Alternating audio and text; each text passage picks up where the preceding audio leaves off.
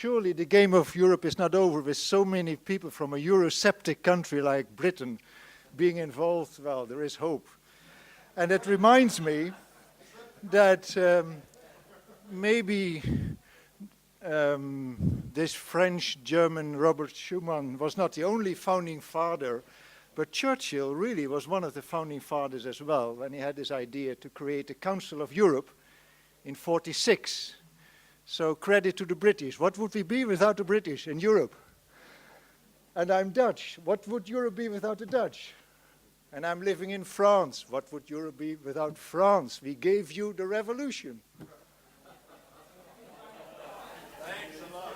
I was waiting for this thank you, for the thank you sermon.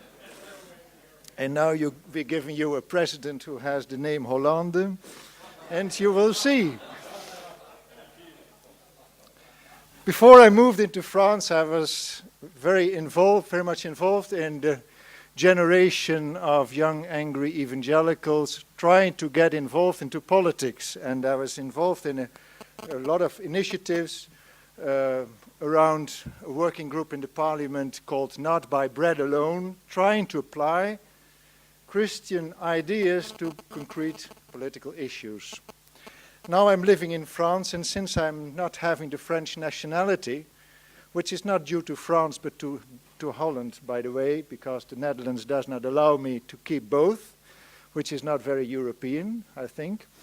So I can't be involved in politics. I take a bit more distance, and I'm studying Europe because I think a lot of our problems of being involved and not understanding is also a lack of information about what Europe really is. For that, I had to cross one of the major borders in Europe, which is not a national border, but it's a cultural border, and it runs roughly around Brussels. There you cross a border which is as deep as you can imagine, and it takes years to understand that south of Brussels, things are not like as they are north of Brussels. And at the moment, I'm living in, I can show you the, what am I doing? Yeah, I'm living near another border in Perpignan, which is part of, not a country, but one of the future countries, I think, of Europe, Catalonia. Yeah, I can point, with the point, yeah, oh yeah, the point, okay, this is where Perpignan is, which is called Catalonia, FC Barcelona, everybody knows, and the champions of Europe. We feel Catalonian, and this is the Pyrenees border, which is a crucial border, and it was only when living there and studying Europe that I found out that I'm living on historic ground. My study room looks to the Canigou Mountains of the Pyrenees, and it was along the road where I do my jogging that in the old days, the armies of the Franks went to fight the armies of the Muslim invaders. And during that period in the 8th century, in that part of Europe, where I've ministered now for 12, 13 years around Toulouse, Perpignan, historic battles were fought between the Franks and their allies and the Muslim invaders that came from North Africa. And that is the time where for the first time the word Europeans was used.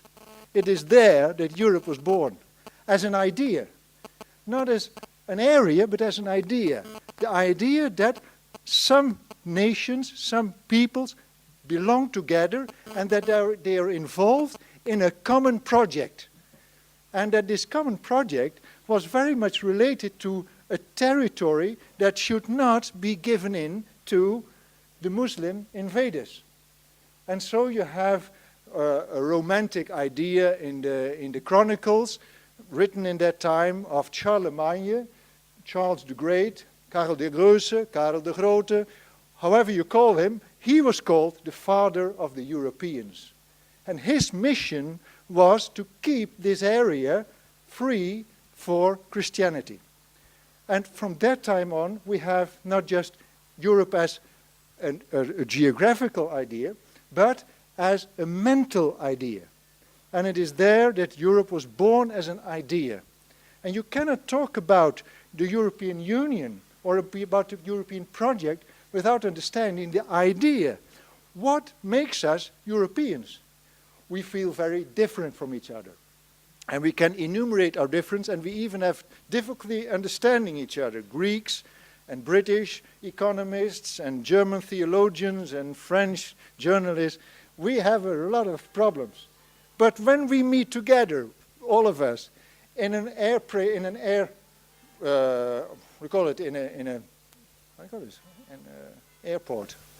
lobby, we will be considered as Europeans, and we will feel together.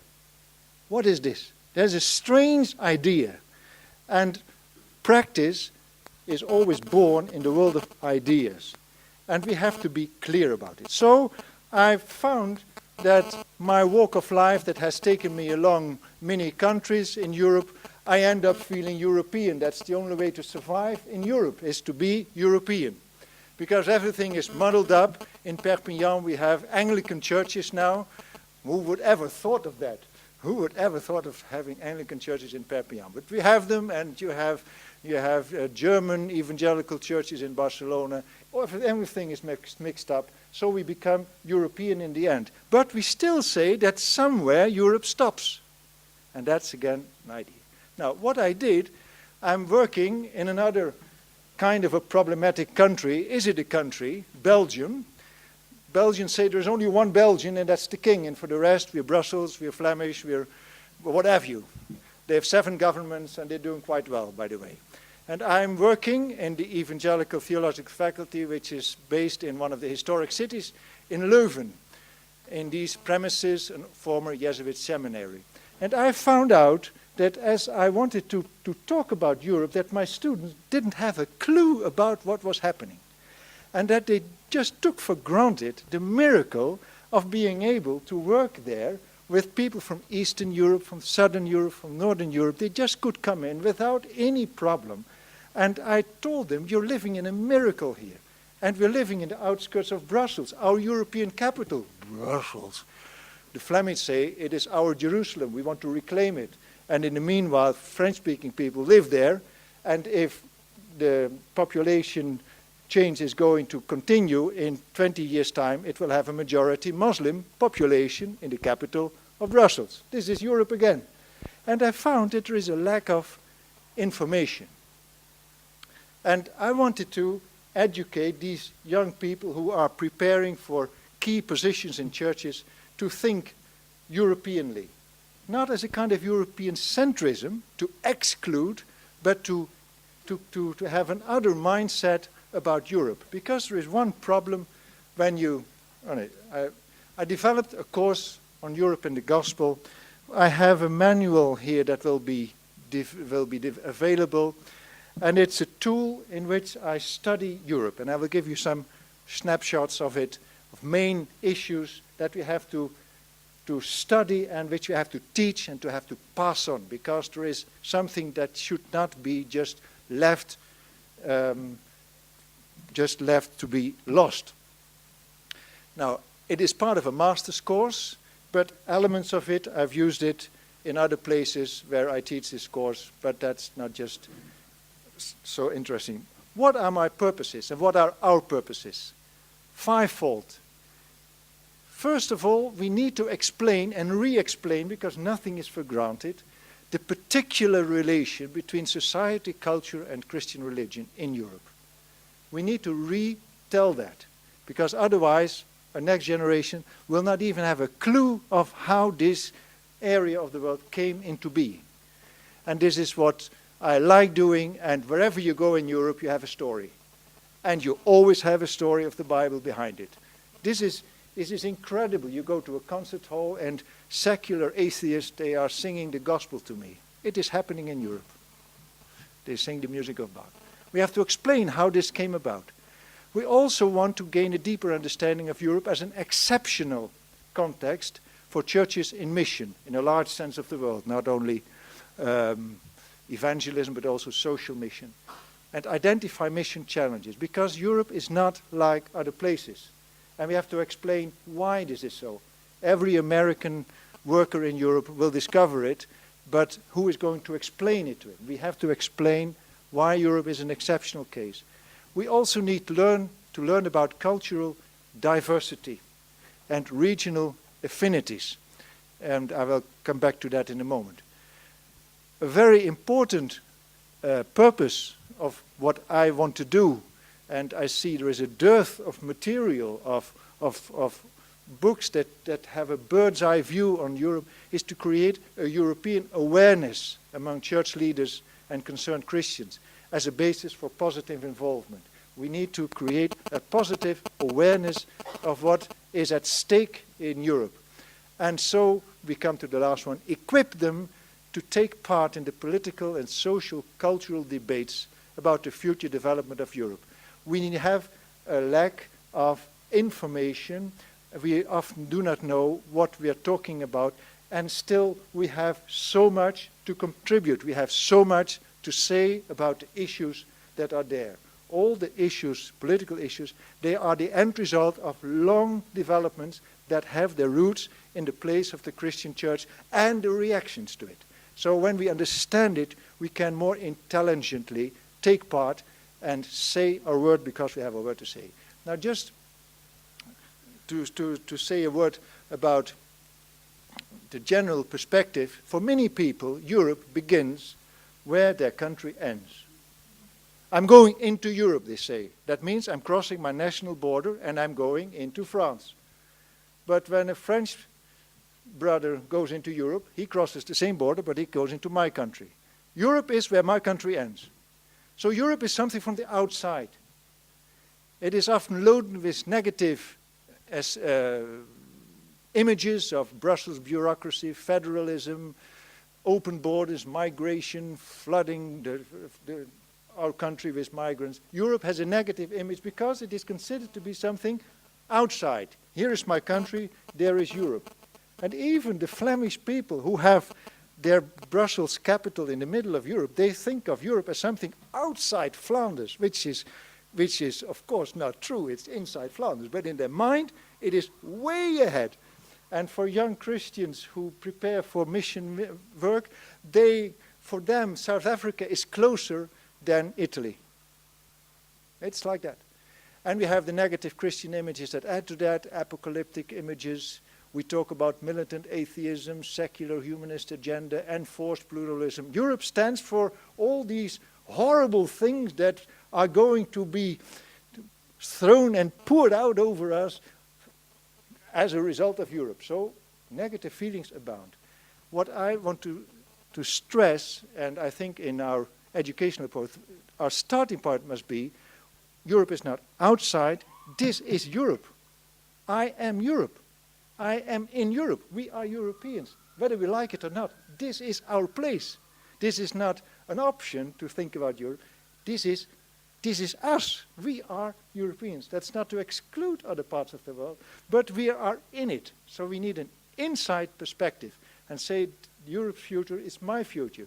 Europe's fate is my fate. We are Europeans. We should underline that.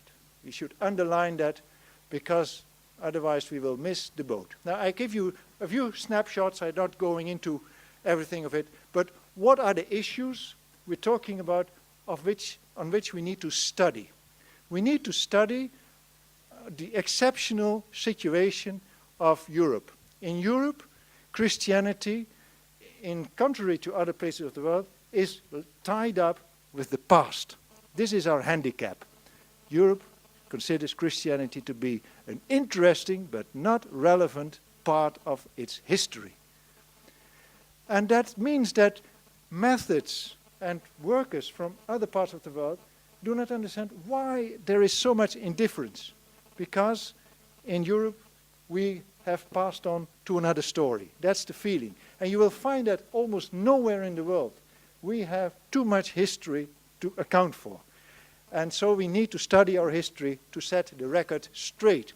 One of the famous Catholic leaders in France was Archbishop Jean Lustiger, who was born in the same village as the former Pope John Paul II. He was a Jewish guy and he knew the Polish guy and they knew each other from their youth. And he became Archbishop of Paris, and he started a student ministry, talking with students about Christianity. And he said Christians should give up their self-imposed reluctance to talk about their contribution to the European history. We should give up our self-imposed reluctance because we have so much to say. And if it comes to talking about the negative record of Christianity, let's talk about the negative record of the alternatives to Christianity, and then we're even. That's what he said, and I'm agreeing with that. So, but for that we need to know our history, our society. Second thing is, what is this idea of Europe? We need to study that as well. I talked about the origin of it. It originally was the idea of a Christianized realm. It evolved, it developed. Still today, there is an idea of Europe. And the whole issue of the European Union is that there is an idea that we belong together. If that idea is taken away, there's no project. There's nothing you should do together. Why spend your time with difficult negotiations between Italians and Polish and Swedish and Norwegian, or no, Norwegian is not in the Union, not yet, or British people? Why bother? There is this idea we belong together. And I deal in my course with the different images of Europe that are being used. And the basic question is, where does Europe end and why do we draw a line somewhere? The whole discussion about working together with Arab nations in North Africa, does Russia belong to the European realm or not, has to do with what is our idea about Europe. And we need to clarify that in our education. Then the third thing is, I'm very much stressing this, our diversity. We have in the European Union our official motto, which is unity in diversity. It's the opposite from America. It makes out of many, make one, e pluribus unum. That's on the dollar. But in Europe, it's the other way around. It's unity in diversity. Umberto Eco, the Italian writer, said, Europe is translation. And we need to pay the price of translation because we only can exist in diversity. If one takes over precedence, it will be war again, and that's the history of Europe. We need to translate and to be in translation constantly. That means that we see that there is a diversity. Now there is a very interesting thing. Let me just move on to this. If you look at Europe from a linguistic and ethnic point of view, you find 3 or 4 major areas. You have the Latin one, green, you have the Germanic, Nordic one, which is dark brown, and then you have the Eastern Slavic one. Why do Western Europeans call Slavic Slavs? Why do they call them? They were called Slavs. But it had a negative connotation. Even in the time of Christianized Western Europe, Eastern Europeans who were conquered were sold as slaves. That's where we got the word slaves from. And this is a cultural divide which I think still exists, that there is something of a prejudice over and against people from the East in the West, which is a very deep cultural border. And then you have the Balkan, Greece, and all these groups of people there. If you compare that to the religious map of Europe, you find again that there are 3 or 4 parts of Europe. You have the Catholic one, you have the Protestant and mixed countries, you have the Orthodox ones, and then you have the southern part where you have the green presence of the Muslims in Europe, because there are Muslims in Europe. Muslims are part of Europe. I'm against saying that Europe is something excluding Muslims. Muslims have always been part of our history, even though Europeans have an eternal battle in their mind with Muslims. But there have always been Muslims in Europe. Then you can see that there is a sort of cross over Europe. And this cross, this cultural, this socio-cultural cross over Europe is the result of the interaction between Europe and Christianity. So Christianity has not only created a unity, it also has created our diversity. And we cannot understand the specific regional identities in Southern Europe or in Northern Europe or in Eastern Europe without taking into account their specific Christian history. So there's a lot to study. This is what we should study, the construction of Europe, telling the story, Um, I always like this one. You know that one, the European parliamentarians know it. Un cœur pour l'Europe, the statue in front of the European Parliament building. Give Europe a heart, take it to heart, and care for it. Studying Europe is also studying its population, it's studying the immigration, the aging of Europe. These are major issues that are Europe-wide and that can only be talked about Europe-wide. The issue of the Christian roots. Here again, we have to take into account that when we talk about Christian roots, we cannot exclusively claim to be the only ones. Europe is built on more than Christianity, but Christianity had a central role. That's what I'm explaining in this course as well. And then our historical record, we need to be clear about it. We can draw a very impressive but also a very disturbing picture of Christianity in Europe, and both are true. Our history is a blessing and a burden, and we should be honest and clear about it and know our own history. But even though the churches were obstacles to their own message, the churches were also the places where Christians found answers and were pioneers in the same areas. And so this calls for reflection. What is that? And then this is the paradox of Europe, and this is one of the main points, and then I'm stopping, Jeff, but this is what we need to understand. The paradox of Europe. This is that Europe is the part of the world that is more influenced by the Christian faith over a more prolonged period of time than any other region. And at the same time, this is the region that has been more marked and influenced by the abandonment of Christianity and the alternatives to Christianity. Both are true. This is the paradox. Christianity was for a long time a European religion. Secularization is a European phenomenon as well. It was in Europe that for the first time in history, people changed religion for nothing. People change religion always. Every time in history it happens.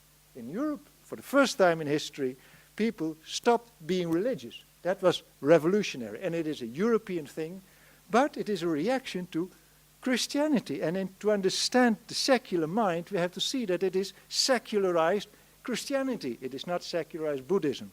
That's why I believe that when Europeans become interested in in a real spiritual answer, that in the end they will find that Christianity is the option. I don't think that they will turn to Muslims or even the interest in paganism. I think it is not deeply enough. Europeans are so much bound up positively and negatively with Christianity that this is where they have to find the answers spiritually as well. Now this paradox is a very interesting one. You can ask the question, in what sense is Europe post-Christian? And then you have a whole list of things of post, and it is very discouraging. And you can at the same time ask the question, what sense it is still Christian? And then you have a whole list of things that give you a desire to be involved. And this is creating the barriers and the bridges for communicating the gospel. The more you study Europe from a historical, cultural, social point of view, the more you understand the issues at stake when presenting the biblical message as an alternative, as an answer to the problems which we are saying. I think they're going to have to come to your tomorrow to find out what you really want to say. It was ridiculous for me to ask you to talk about the history of Europe in 15 minutes. You know? But I think that's been a very clear presentation of the challenges that really do face us, and I hope that there'll be more joining Evert tomorrow and myself. I think Joanne Appleton from Redcliffe College there, they have courses on European studies as well, because it's a serious blind spot that we have.